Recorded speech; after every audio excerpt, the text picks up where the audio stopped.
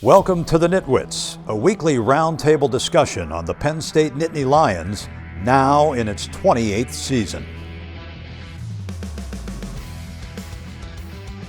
Our panel features a longtime Penn State media and NitWits tag team, Neil Rudel of the Altoona Mirror and Mark Brennan of Lions 24/7 with Fight on State. And each week we welcome a former Nittany Lion as our special guest analyst. The NitWits are brought to you by Irwin Financial, Raymond James, a firm foundation for your financial future. By Reed and Solaney Orthodontics, providing friendly, family-focused orthodontic care in Altoona, Bedford, and Huntington. By Kogan Electric, lighting the way for you. By Blair Candy Company, the one-stop shop for all your tailgating needs. Candy, snacks, paper supplies, and more. By Dorman's Jewelry, the answer is always Dorman's.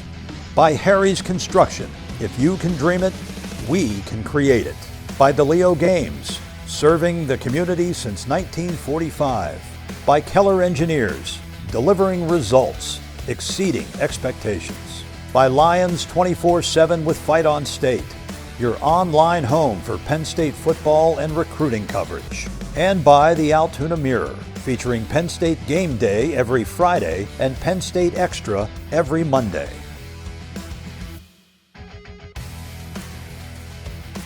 What I'm doing, getting right to it. The money is talking, I'm flowing, it's coming in just how I drew it. Yeah, you know what it is. We doing it big. Look up, there is no limit, no, we cannot settle for this. Yeah, can't stop, nah, won't stop. Yeah, spin on live, you don't believe it, just watch.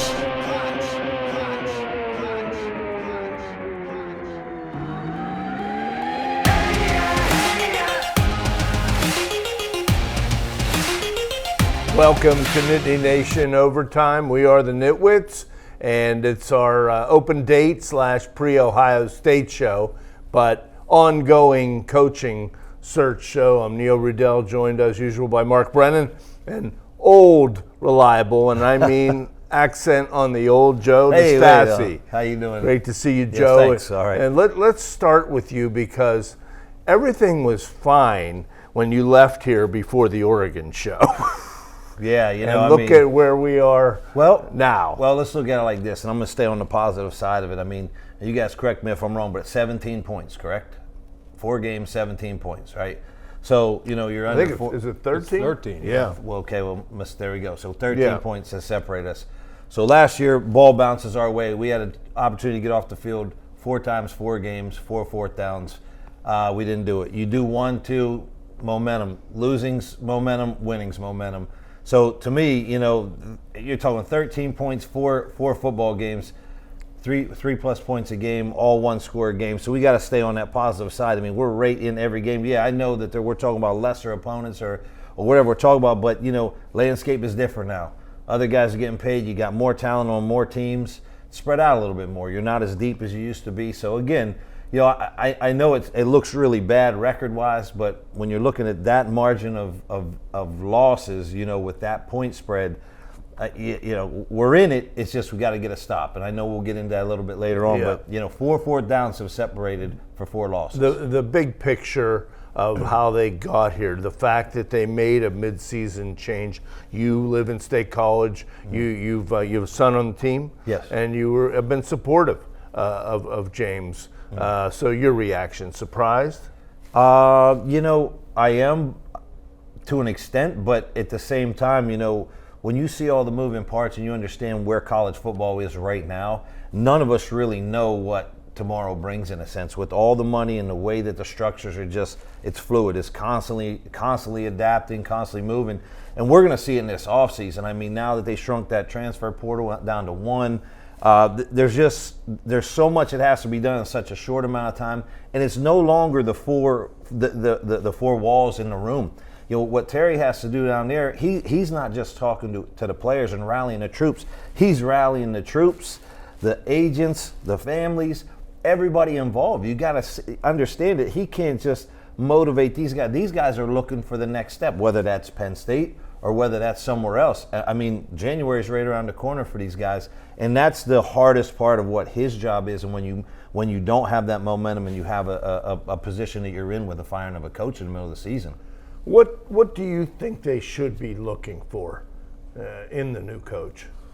Somebody who wins in tight games, in close games. I mean, I was down on the field at the end of the Oregon game, and Joe, I was standing with you, and I'm not going to reveal everything that was said, but the former players that I was around, and not necessarily Joe, but there was just almost a sense of impending doom. And with James being unable to win those games against the best teams had people really frustrated. And then it happens against 3 touchdown underdogs. You're talking about how close these games are. That like rips people's hearts out. You know, fans, players, Sure. You know, guys who wore the uniform. Expectations. So, yeah, I mean, I think you have to have somebody who has a track record of performing in the clutch. James did a great job of building that program, the structure of it, giving the program everything it needs to win a national title. But that one thing where he could not get the team to perform against the best teams in the clutch, I think is what's missing, and I think that's what you need. And one of the things that Pat Kraft's are looking for, in addition to a whole laundry list, is an elite motivator and developer. And I think, you know, in the last couple of weeks, we've seen that. But to me, one of the things that I would like to see is somebody that's going to treat this job as a destination job. But that might be because of our background. We were spoiled by that. Not only head coach, but staff, you know, for better or for worse, mostly for the better. It was status quo, and there wasn't as much, you know, in flux. But is that who Penn State, is that ideal? I don't mean the next guy's got to be here for 46 years, but I do mean that after 3 years, if you reach for an Elko or a Drinkovitz or some of these guys, and they get hot after 2 or 3 years, and all of a sudden their names are coming up, or if you hire Hartline from Ohio State and his name comes up, I think that's going to anger the fan base. But Joe, one thing, the problem, Neil, is now you're in a situation where you lose 3 games and you're getting fired. So these coaches are never, ever going to view anything as a destination job. They're always going to be looking for a potential better opportunity. And the other thing is, I mean, Franklin, for all the dalliances he had with other programs, how much of that was about maybe making some more money for him, but he was also demanding improvements in facilities and investment in staff and all of those things. So I just don't know that, I think it's kind of fantasy land to think, I mentioned it last week, this is pro football. Yeah. And if you don't get it done, I mean, I just think it's unrealistic to think that you're going to have a Kirk Ferentz who's there forever. Right. Okay, well, that's why I ask. Who are they, and do they have to accept that the next guy? Go ahead, Joe. It's the infrastructure there, like you said. I mean, James really laid the foundation for where we're going.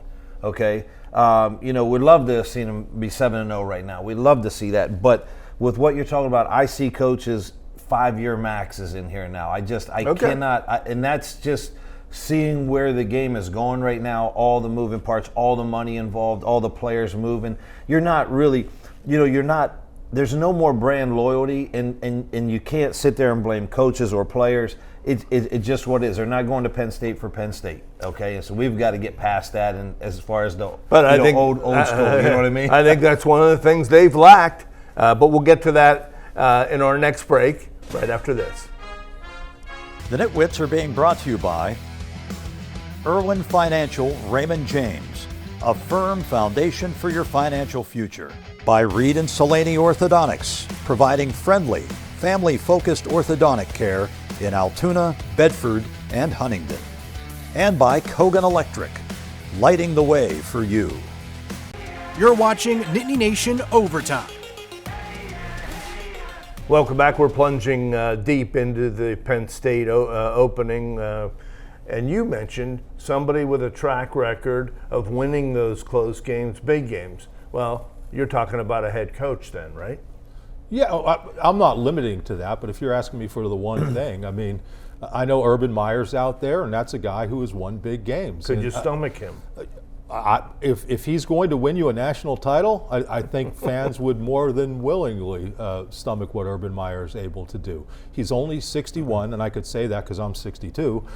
So he would be the third youngest person on this set. That's good. But no, I mean, I think you have to set the bar super high. Now, is that going to be viable? Are they going to be able to pull that off? I don't know. There are other candidates out there, obviously.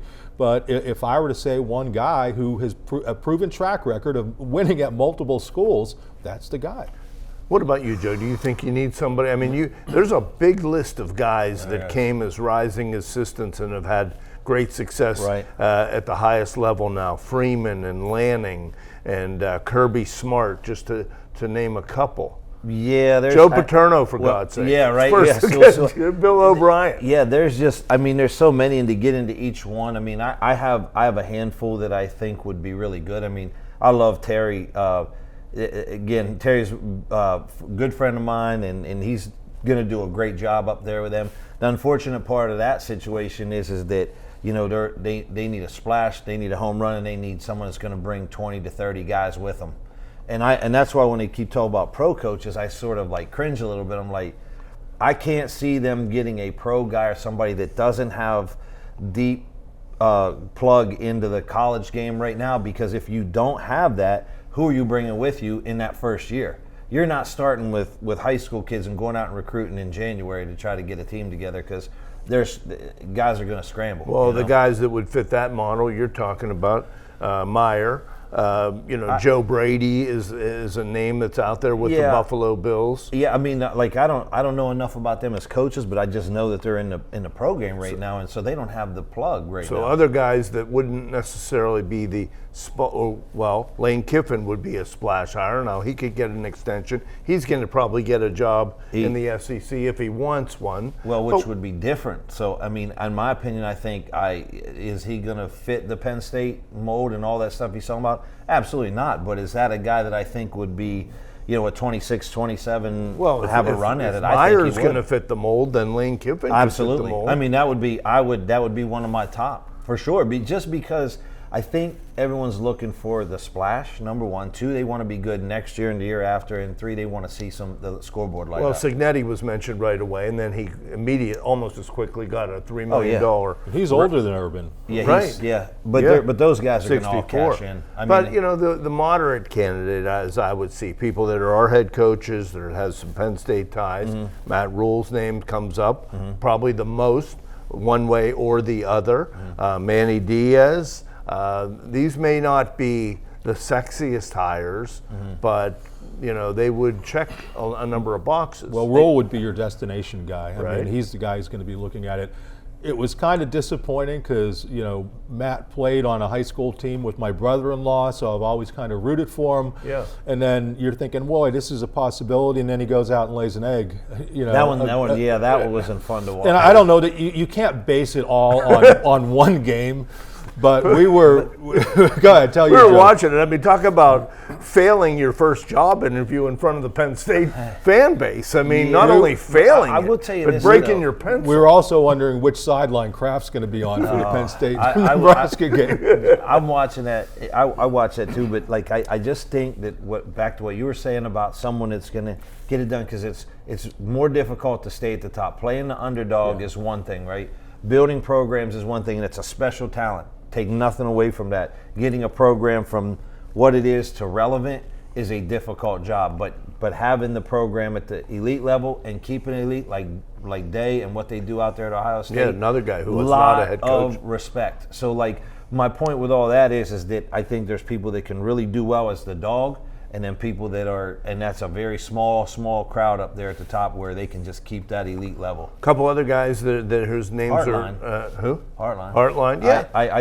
I think that's a smart pick. That's not, or at least a look at it, because he has a lot of ties. You know, Pat Fitzgerald has experience in the Big Ten. The guy from Georgia Tech, has done an excellent job. Kiffin, you watch them. Kiffin, like Marcus Freeman, I mean, they could poach. Money's going to talk in this situation. Just depends on what we do. Well, I mean, then I would keep an eye on Joe Brady, because I think he's dealing with somebody who has quite a bit of money up there. And from what we understand, what we've heard kind of indirectly is that Pegula wouldn't be against Joe Brady becoming the next Penn State head coach. So, you wonder when Pat Kraft doesn't blink when talking about a $50 million buyout. Yeah. There's some money. Somebody has some money there. He owns 2 franchises. Right. I mean, I don't know that it's him. No, but I mean, somebody out there. It's a great argument. I've talked about it when I first started. I said, the money doesn't have to come from one source. You know what I mean? All the buyouts, all the money we hear thrown around, it's just we're becoming numb to it. But if they want to make something happen, they got a couple people with deep pockets. Okay, we're going to step out for our next break and be back, talk a little bit more about the climate surrounding college football right after this. The Nitwits are being brought to you by Blair Candy Company, the one-stop shop for all your tailgating needs. Candy, snacks, paper supplies, and more. By Dorman's Jewelry. The answer is always Dorman's. And by Harry's Construction. If you can dream it, we can create it. You're watching Nittany Nation Overtime.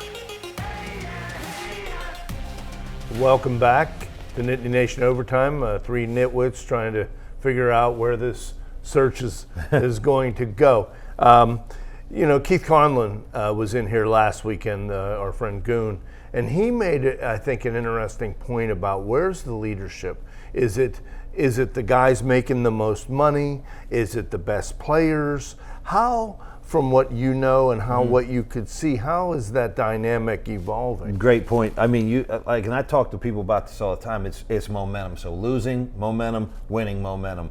If you win that Oregon game, someone makes a big stop, make the play, and now all of a sudden perspective's different, confidence is different, guys are in a different position. You make the last throw to score the game-winning touchdown. That's where that leadership comes. Look at Ohio State. I mean, it looks like they have an 8th grader playing quarterback, but he's getting it done, right? But again, it's momentum. They're shutting teams down. They're getting more and more confident every week. I mean, you watch it, and I think that what you're talking about is the most difficult part of someone 18 years old to 22, 3 years old, making grown person decisions with money and agents and all this stuff flying at them, because that is tough. There's, like I was just saying before, with leadership, before it was the 4 walls and it's us together, and then now it's everybody and their agents and families making decisions. So that leadership part is very difficult, but with winning is a great deodorant. So that would change a lot of that. I think we've been impressed. Everybody has been impressed with what Terry Smith has done in less than 2 weeks. And, Andy Koldenicky was available this week trying to put his best face on. I give him credit. After basically, he's in the job market, and he's trying to get ready for Ohio State. Yeah, Terry, I think we all knew he was going to be good in this position, as difficult as it is, because we mentioned it here. He was known as the ultimate truth teller in that building, and this is a time when these kids need to hear it. Yeah. They need to hear it, that if you don't get it done now, wherever you're going to be next year, you may not have the opportunities that you're looking for. I also think Terry's done a really good job of dealing with the media. He's been asked direct questions. He's given direct answers. You probably get in twice as many questions in the same amount of time as you would with James Franklin, and that's needed now. We don't need people bloviating and doing whatever.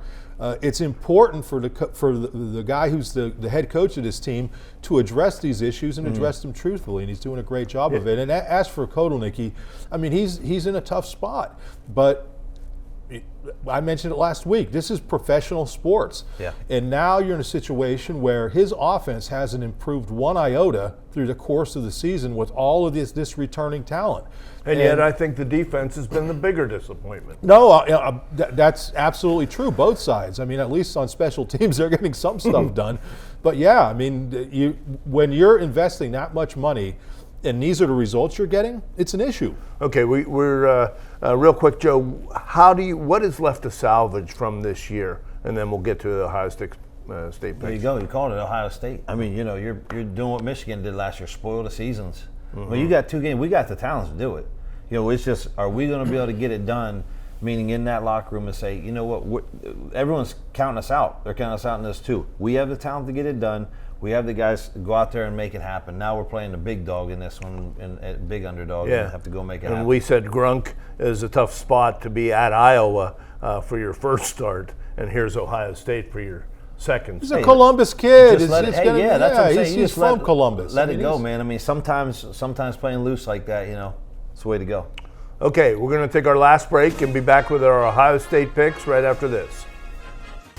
The Nitwits are being brought to you by DeLeo Games, serving the community since 1945. By Keller Engineers, delivering results, exceeding expectations. By Lions 24/7 with Fight On State, your online home for Penn State football and recruiting coverage. And by the Altoona Mirror, featuring Penn State game day every Friday and Penn State Extra every Monday. You're watching Nittany Nation Overtime. Welcome back. I'm just trying to get ahead of my pick here. This was the only game that Penn State was not favored entering the season. Obviously, a few things have happened, and now Ohio State is a 17-point favorite that we saw. But hey, you're first as our reigning nitwit of the week. Well, thinking back to 2011, Penn State coach is fired. Penn State loses a game. And then the next game is at Ohio State, and Tom Bradley, I almost said Tom Brady, leads the Nittany Lions to victory. Tom Bradley's the guy he recruited, Terry Smith. I wish I could say it, Terry, but I don't think it's going to happen this time. I think it's a better Ohio State team. I think they're going to be highly motivated because Jim Knowles is coming back. So I will go Ohio State 31, Penn State 14. Yeah, I look at, I can't pick Penn State. I'll leave that to Joe. But Penn State has shown that they can be in all these games, and they've kept both teams in the game in a lot of because of their ineptitude at times. But I'm worried about this trip, and with Jim Knowles and Ohio State, I think would probably like to put one on them if they can. I would like to pick Penn State to cover, but I'm not going to do that. I'm with you. I'm going to say 34, Penn State 13. Squeezing me. All right. Hey, I need an advantage. Yeah, you do. Here's the thing: you guys are both wrong. You're both wrong. So here's what I see it. I think we're going to shrink the game down.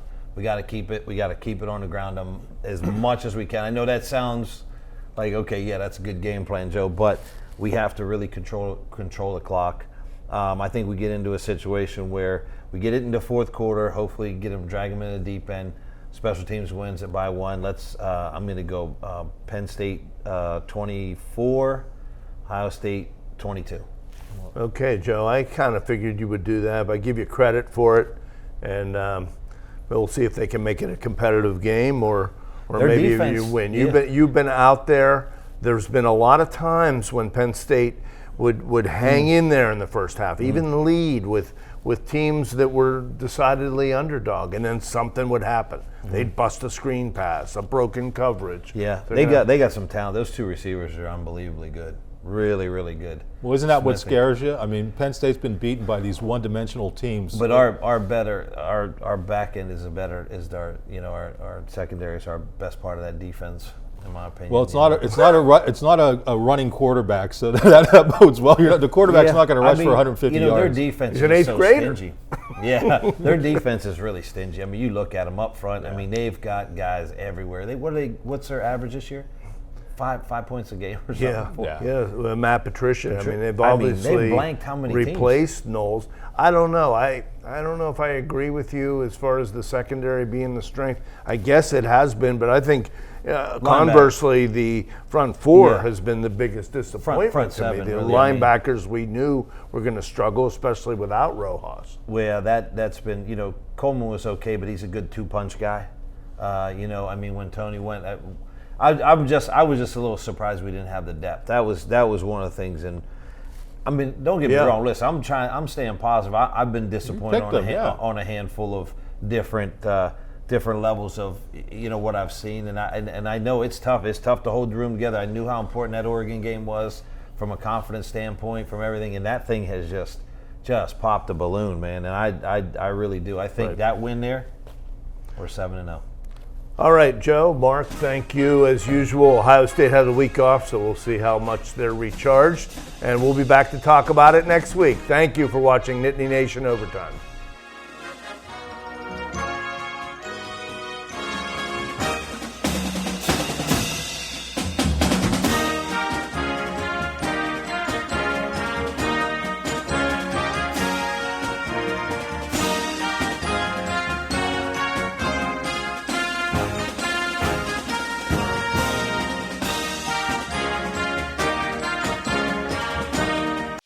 The Nitwits have been brought to you by Irwin Financial, Raymond James, a firm foundation for your financial future. By Reed and Solani Orthodontics, providing friendly, family-focused orthodontic care in Altoona, Bedford, and Huntington.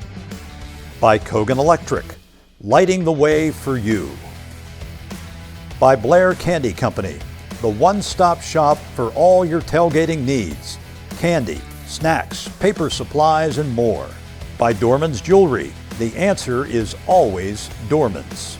By Harry's Construction, if you can dream it, we can create it. By DeLeo Games, serving the community since 1945. By Keller Engineers, delivering results, exceeding expectations. By Lions 24/7 with Fight on State, your online home for Penn State football and recruiting coverage. And by the Altoona Mirror, featuring Penn State Game Day every Friday and Penn State Extra every Monday. Thanks for watching, and we'll see you next week.